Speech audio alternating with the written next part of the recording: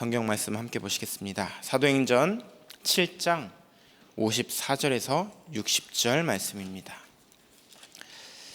사도행전 7장 54절에서 60절 말씀입니다.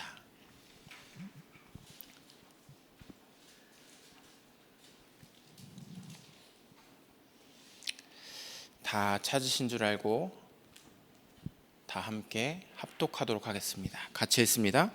그들이 이 말을 듣고 마음에 찔려 그를 향하여 이를 갈거늘 스데반이 성령 충만하여 하늘을 우러러 주목하여 하나님의 영광과 및 예수께서 하나님 우편에 서신 것을 보고 말하되 보라 하늘이 열리고 인자가 하나님 우편에 서신 것을 보노라 한데 그들이 큰 소리를 지르며 귀를 막고 일제히 그에게 달려들어 성 밖으로 내치고 돌로 치일세 증인들이 옷을 벗어 사울이라 하는 청년의 발 앞에 두니라. 그들이 돌로 스데반을 치니 스데반이 부르짖어 이르되 주 예수여 내 영혼을 받으시옵소서 하고 무릎을 꿇고 크게 불러 이르되 주여 이 죄를 그들에게 돌리지 마옵소서. 이 말을 하고 자니라. 아멘.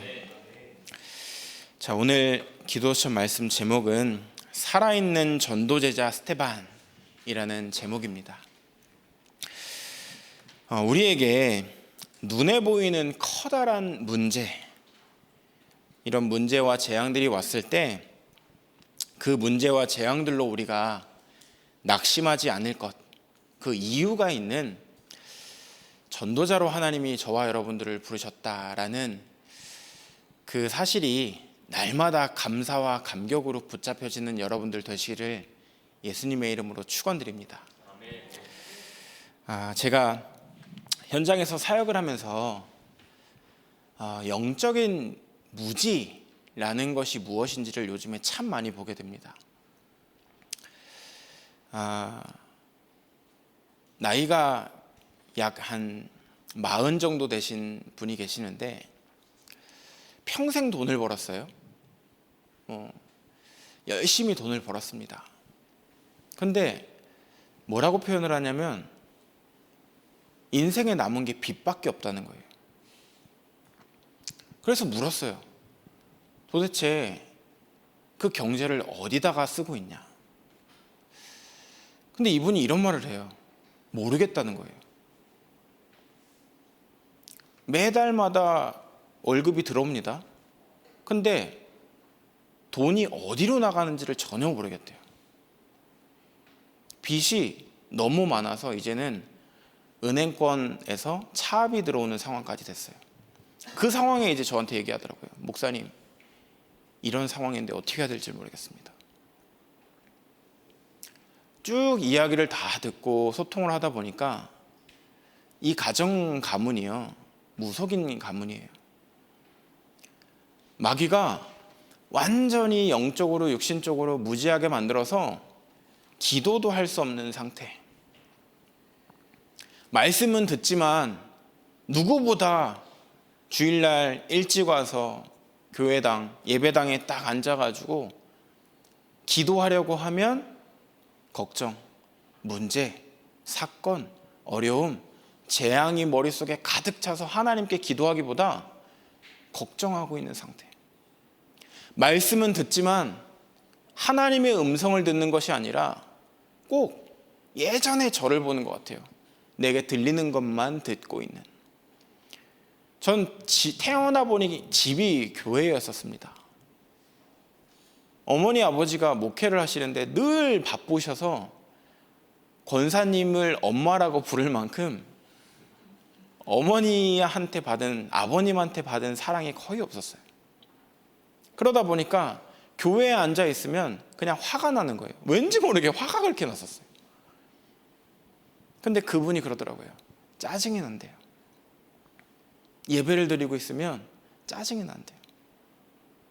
목사님들 또 중직자님들이 이런 포럼을 하면 짜증이 난대요. 자신을 위해서 이렇게 해라 저렇게 해라 이야기하면 화가 난대요. 그래서 제가 이분 손잡고 그랬어요. 이걸 뭐라고 하는 줄 아냐? 마귀의 전략이라고 한다. 영적인 힘을 가지고 하나님이 주신 그리스도 언약 딱 붙잡고 싸워야 될 이유가 있는 사람들아.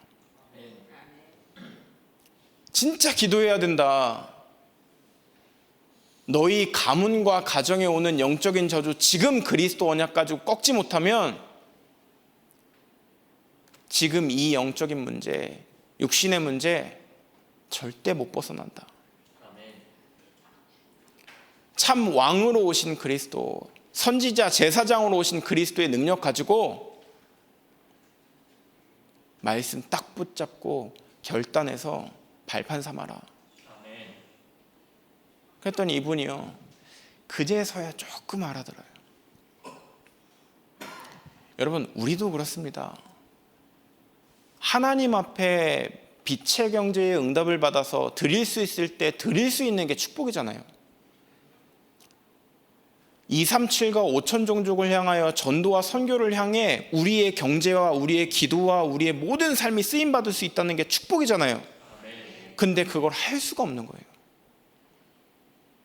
마귀는 지금 후대들을, 성도들을 그런 저주 속으로 끊임없이 몰아가고 있어요. 여러분, 영적인 한을 가지고 이 시대를 보고 현장을 보고 내가 하나님께 쓰임받아야 할 이유가 있는 증인으로, 이 스테반처럼 복음 전하다가 순교했는데 오히려 많은 사람들 앞에, 하나님 앞에서 그들을 용서해달라고 믿음의 고백을 했었던 것처럼 우리가 이 지역과 현장과 시대를 향하여 빛을 비추는데 쓰임받는 증인 되기를 소원합니다. 사단은 지금도 전쟁을 일으키거나 자신의 생명을 빼앗아가는 자살을 하게 하거나 타인의 생명을 빼앗아가는 살인을 하게도 하고 있습니다. 하나님은 이 사단을 이길 권세를 교회에, 우리 성도님들에게 주셨어요. 그런데 이 교회는 힘이 없고 먹고 사는 데만 걱정하고 있는 교회의 모습들을 참 많이 보게 됩니다. 얼마 전에 제가 미국에 있는 제 동기 목사님이랑 통화할 일이 있어서 좀 통화를 하게 됐습니다. 서로는 각설하고 미국의 교회가 궁금해서 좀 물었어요. 요즘 미국 교회들이 어떠냐? 그랬더니 참 안타까운 얘기를 하더라고요. 신학교에서 졸업하는 신학생들이 참 많대요. 근데 교회 목회자들이 없답니다. 옛날에 우리나라 전 세계에 선교하던, 가장 선교를 많이 하던 그 미국이라는 땅이 이제 더 이상 교회 목회자를 파송할 수 없을 만큼의 상황이 됐다는 거예요. 근데 재밌는 얘기를 해요. 자기가 살고 있는 집 주변에 교회는 부흥이 엄청 되고 있대요. 그래서 물었습니다. 왜 부흥이 되는데? 십자가 옆에다가 여러분 뭘 걸어놓으면 된대요. 뭘까요? 아시죠? 저 그 얘기 듣고 깜짝 놀랐어요. 무지개 걸어놓으면 된대요. 무지개. 여러분, 십자가 옆에다가 무지개 걸어놓는답니다. 이제 무슨 의미입니까? 우리 교회는 동성애를 주장하는 교회입니다 라는 뜻이에요. 교회가 더 이상 오직 그리스도를 말하지 않아요. 교회가 더 이상 하나님이 우리에게 주신 이 언약을 말하지 않는 시대가 됐어요. 동성애자들끼리 결혼시키는 교회. 물론 동성애자들 살려야죠. 그들에게 그리스도의 언약 전해야죠. 근데 그 의미가 아니더라고요. 교회에서 동성애자들끼리 연결시켜주는 일을 하고 있대요. 그래서 그 교회들은 부흥하고 있대요. 제가 진짜 한이 생기더라고요. 이제 그 목사님이랑 통화하면서 그랬어요. 형님, 정신 똑바로 차려라. 하나님이 그 현장에 선교사로 보내신 이유가 있지 않냐? 정신 똑바로 차려라. 진짜 해야 될 거, 이 오직 복음, 이 언약 가지고 그 현장 살리는 증인 되라. 내가 진짜 기도할게. 우리 가정이, 나와 관련되어져 있는 사람들이 그 현장 놓고 기도할게. 절대 이 언약 놓치지 마라. 여러분, 시대의 흐름은 그렇습니다. 그 속에서 하나님이 저와 여러분들을 이 복음 전할 전도자라는, 예수는 그리스도 모든 문제 해결자라는 정확한 언약을 주셔서 우리 임마누엘 서울교회에 보내주신 거예요. 전 이게 너무너무 감사하더라고요. 여러분, 이 축복 가지고 교회 살리는, 여러분들의 가정 가문 살리는, 지역 살리는 전도자 되시기를 예수님의 이름으로 축원드립니다. 그리스도께서 감람산에서 세상 살리는 비밀을 주셨던 것처럼 하늘 보좌의 능력이 나의 망대가 되고, 이 망대가 여정이 되는 것을 예수님께서 설명하셨습니다. 그리고 특별 망대를 세우는 이정표를 말씀하셨어요. 망대가, 파수꾼의 망대가 마가의 다락방이었고, 여기서 하나님의 능력이 임하는 세절기, 언약이 전달되어졌습니다. 유월절에 언약을 통해서 구원의 은혜를 입게 되었고, 오순절에 성령의 역사를 체험케 하셨고, 수장절을 통하여서 구원의 완성된 비밀을 붙잡도록 성도들에게 언약을 허락하여 주신 거예요. 그 세절기의 축복을 통해서 오력, 영력, 지력, 체력, 인력, 경제력, 여러분, 실제 현장 살리기 위해서 하나님이 주시는 이 오력이 우리에게 필요합니다.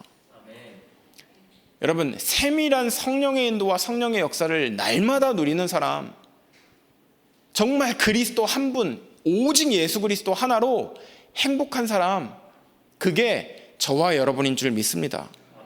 그럼 그 비밀을 가지고 이 초대교회는 뭐 했냐? 영적 전염병과 재앙을 막을 직분자를 하나님이 세우세요. 그 대표적인 중직자가 바로 스데반이었습니다.